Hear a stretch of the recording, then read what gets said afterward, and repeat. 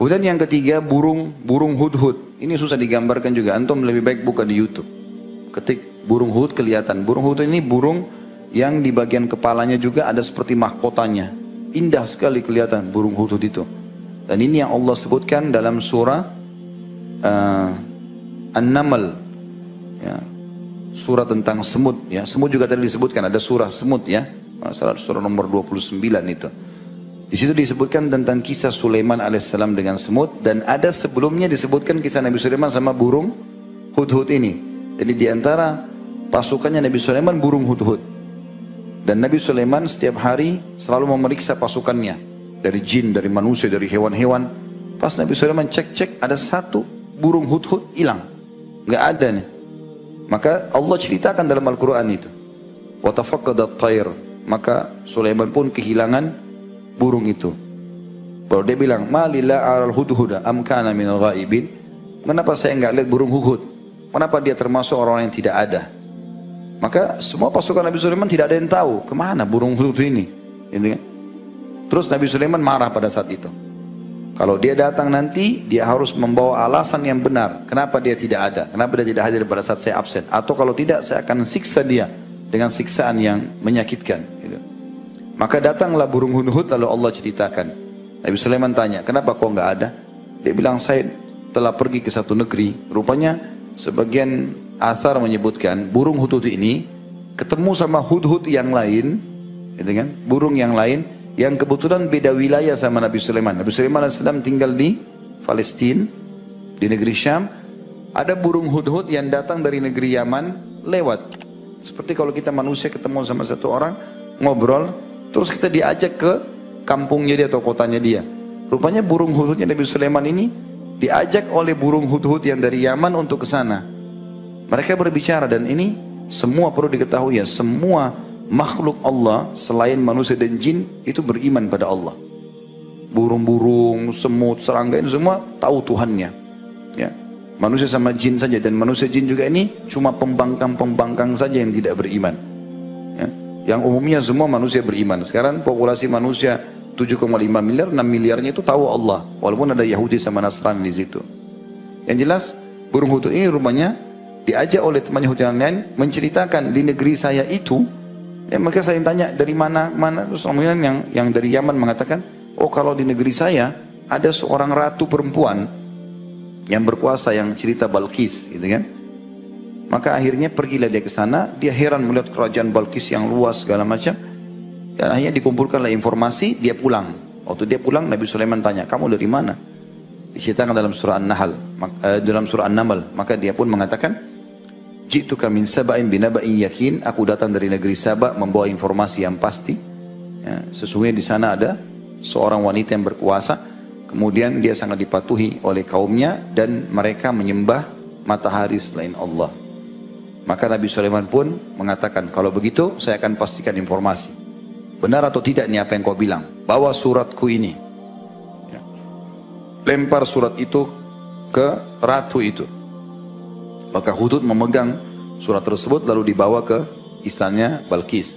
Isinya itu, innahu min Sulaiman wa Bismillahirrahmanirrahim, alla ta'alu alaihi wa atuni muslimin. Hudhud lempar surat itu dari lubang tempat singgasananya Balkis, dilempar ke depan singgasana tersebut, lalu hudhud sembunyi mendengarkan apa yang diucapkan oleh Balkis sama orang sekitarnya. Balkis lihat surat itu mewah sekali, bagus, dari kulit hewan, terus dibuka tulisannya, ya, sesungguhnya dari Sulaiman, inna min Sulaiman wa inna bismillahirrahmanirrahim. Isinya adalah dengan nama Allah yang Maha Pengasih lagi Maha Penyayang. Datanglah kepadaku, kata Sulaiman, ya, dalam keadaan patuh. Allah ta'alu alaihi wa atuni muslimin. Janganlah kalian sombongkan diri terhadapku dan datang kepadaku dalam kondisi menyerah. Seperti itulah suratnya. Maka terjadilah kisah Balkis kemudian berdiskusi dengan orang-orang di sekitarnya. Berilah aku pendapat, ini ada surat yang agung jatuh padaku. Maksudnya karena mewahnya, surat itu bagus. Kelihatan memang bukan dari orang sembarangan. Nabi Sulaiman AS siapkan kulit khusus dan surat khusus itu.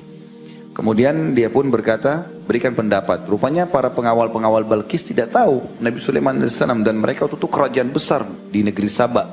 Sabah ini negeri Yaman. Allah juga berikan nama dalam Al-Quran surah nomor 34. Sabah, ya, tentang negeri Yaman ini. Dan sangat makmur dan besar kerajaan mereka pada saat itu. Maka para pengawalnya bilang, sesungguhnya keputusan di tangan Anda. Dan Anda sudah tahu kami ini kekuatan yang sangat besar. Tinggal perintah, suruh perang kami serang. Tapi Balkis berakal. Kata ulama tafsir, dia berakal. Dia mengatakan, ketahuilah kalau raja-raja memasuki satu negeri, maka mereka akan membinasakan negeri itu. Ya. Innal muluka idza dakhalu qaryatan afsaduha wa ja'alu a'izzata ahliha adillah. Kadzalika yaf'alun. Jadi kalau raja-raja masuk ke satu negeri, pasti mereka akan menghancurkannya dan menjadikan orang yang mulia jadi rendah. Dan begitulah mereka lakukan. Wa inni mursilatun ilaihim bihadiyatin fanadratun bima yarji'ul mursalun. Dan aku akan coba kirimkan hadiah kepada mereka. Kita lihat bagaimana responnya. Rupanya Balkis mengambil peti-peti emas, isinya emas-emas yang banyak yang dianggap oleh penduduk Yaman paling mahal.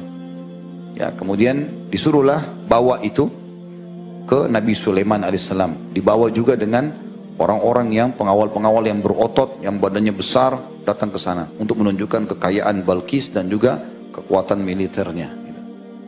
Pas tiba di Nabi Sulaiman alaihissalam, pengawal-pengawal Balkis langsung ciut, kaget melihat. Karena semua istana Sulaiman alaihissalam umumnya dari kaca. Ya. Dan Nabi Sulaiman alaihissalam adalah orang yang tinggi kekar, orangnya tampan, gitu kan, dan kerajaannya besar. Nabi Sulaiman sudah tahu ada utusan datang, disusun pasukan-pasukannya dari manusia, dari hewan-hewan, semuanya patuh pada Sulaiman alaihissalam. Maka pengawal Balkis faham kalau ini kerajaan yang sangat besar, bukan main-main, pasti kalah mereka. Dan begitu dibuka peti-peti emas, Nabi Sulaiman ketawa. Nabi Sulaiman alaihissalam mengatakan, atumiduna di bimal wa ma atani Allah khairan mimma atakum. Apakah kalian mau menggiurkan aku dengan harta ini? Apa yang Allah kasih lebih baik daripada apa yang kalian miliki? Pulang sekarang, bilang sama ratumu, aku akan datangkan pasukan yang tidak akan pernah bisa dikalahkan. Kembalilah utusan ini, ceritakan sama Balkis. Ini Sulaiman, raja yang kekar, besar, pasukannya manusia, jin, hewan-hewan. Kita nggak bisa menang nih. Apa saran kalian? Sepakat, kita menyerah saja.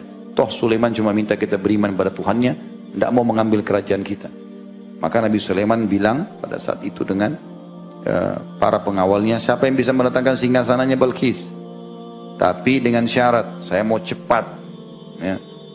Lalu berkata, Ifrit dari jin, ini kekuatan jin yang paling besar, atau yang dianggap paling kuat dalam jin, saya bisa datangkan wahai Nabiullah, sebelum anda berdiri dari tempat duduk anda. Duduk ini berdiri sudah ada. Dan saya sangat kuat dan terpercaya. Qawiyun amin. Artinya saya kuat bisa datangkan itu seketika dan memikulnya. Serta amin artinya kata ulama tafsir, saya tidak akan ambil permatanya satupun. Karena singgasana Balkis penuh dengan permata. Karena orang kaya. Gitu kan? Dan Balkis kalau duduk tengah-tengah seperti ya makhluk yang kecil di tengah sebuah besar. Karena besarnya singgasananya. Biasanya kan raja singgasananya 2 kali 3 kali postur tubuh dia. Ini enggak. Besar sekali sampai Balkis kalau duduk tengah-tengah sampai enggak kelihatan kecilnya. Maka dia bilang, saya tidak akan curi apa-apa. Sulaiman bilang, saya mau lebih cepat. Ya. Ada satu orang manusia dari keluarga Nabi Sulaiman alaihissalam yang menghafal kitab Zabur dan rutin berzikir kepada Allah SWT. Ibnu Katsir sebutkan jenis zikir yang disebutkan. Gitu kan? Tapi ini sebagian ulama mengatakan, ini karamah yang Allah berikan khusus untuk orang itu. Dia bilang, ya Nabi Allah, saya bisa datangkan sebelum matamu berkedip. Kita lagi buka gini, kedip begini sudah ada. Lebih cepat dari jin tadi. Maka Sulaiman SAW mengatakan, datangkan. Begitu Nabi Sulaiman mau kedipin mata, sudah ada depannya singgasana. Maka Nabi Sulaiman mengatakan, sungguhnya ini nikmat Allah yang Allah ingin mengujiku, apakah aku bersyukur atau tidak. Lalu Nabi Sulaiman bilang, siapa yang bisa mengubah singgasananya Balkis ini? Ubah. Maksudnya ubah itu, permata ini pindahin ke sini, permata ini pindahin ke sini. Ubah. Tapi masih kelihatan kalau mirip dengan dia punya. Untuk menguji nanti Balkis. Karena sampai berita ke Sulaiman alaihissalam kalau Balkis adalah ratu yang pintar dan cerdas. Kemudian tunggulah, Allah sudah berikan firman kalau Balkis akan datang dengan pasukannya datang. Itu datang ke istananya, kaget Balkis dan semua pengawal-pengawalnya. Tidak ada istana semewah itu di zaman itu. Semuanya kaca segala macam. Dan salah satu ciri istana Nabi Sulaiman alaihissalam, di bawah lantai kaca itu ada air yang mengalir. Maka begitu masuk, yang paling pertama Nabi Sulaiman uji Balkis. Apakah seperti ini singgasanamu? Maka Balkis mengatakan, Al-Quran juga membahasakan itu ka'annahu hu. Seperti ini, tapi nggak tahu, saya ragu karena sudah sempat diubah. Tapi karena cerdasnya dia yakin juga bahwa ini singgasananya. Maka Sulaiman pun mengatakan, ini singgasanamu yang sudah dipindahkan oleh prajuritku. Kemudian Nabi Sulaiman AS menyuruh, karena ini Balkis ratu, dia biasa dengan gemilang kekayaan segala macam, harus ada hal yang membuat dia yakin. Dimasukkan dalam satu ruangan, semuanya kaca, di bawahnya air. Kemudian Balkis waktu mau lewat, dia pikir itu air, karena jernihnya kacanya sampai dia menyingkap bajunya, ya, bagian bawah. Allah mengatakan, wa kasyafat an saqaiha, maka Balkis pun memperlihatkan betisnya, karena dia pikir itu adalah air. Maka setelah dia mau mengangkat begitu, Sulaiman mengatakan, sesungguhnya itu adalah kaca cermin yang telah dibuat. Setelah itu Balkis pun akhirnya patuh kepada Sulaiman, beriman karena keajaiban itu. Dan ada kisah panjang berhubungan dengan masalah itu. Tapi semua ini, ya, masuk Islamnya Balkis dan kaumnya ada pengaruh dari burung hudhud itu. Sebagian ulama mengatakan larangan membunuh hudhud karena peran itu. Ya, karena peran itu, ya. Sebagaimana bolehnya membunuh cecak karena dia tadinya meniup termasuk yang meniup api pada saat Ibrahim lagi dibakar. Ya, maka Allah membolehkan membunuh cecak, gitu kan? Sementara hudhud ini justru menjadi penyebab negeri Sabak semuanya beriman pada Sulaiman alaihissalam. Maka gara-gara itu juga hikmah kenapa tidak dibunuh.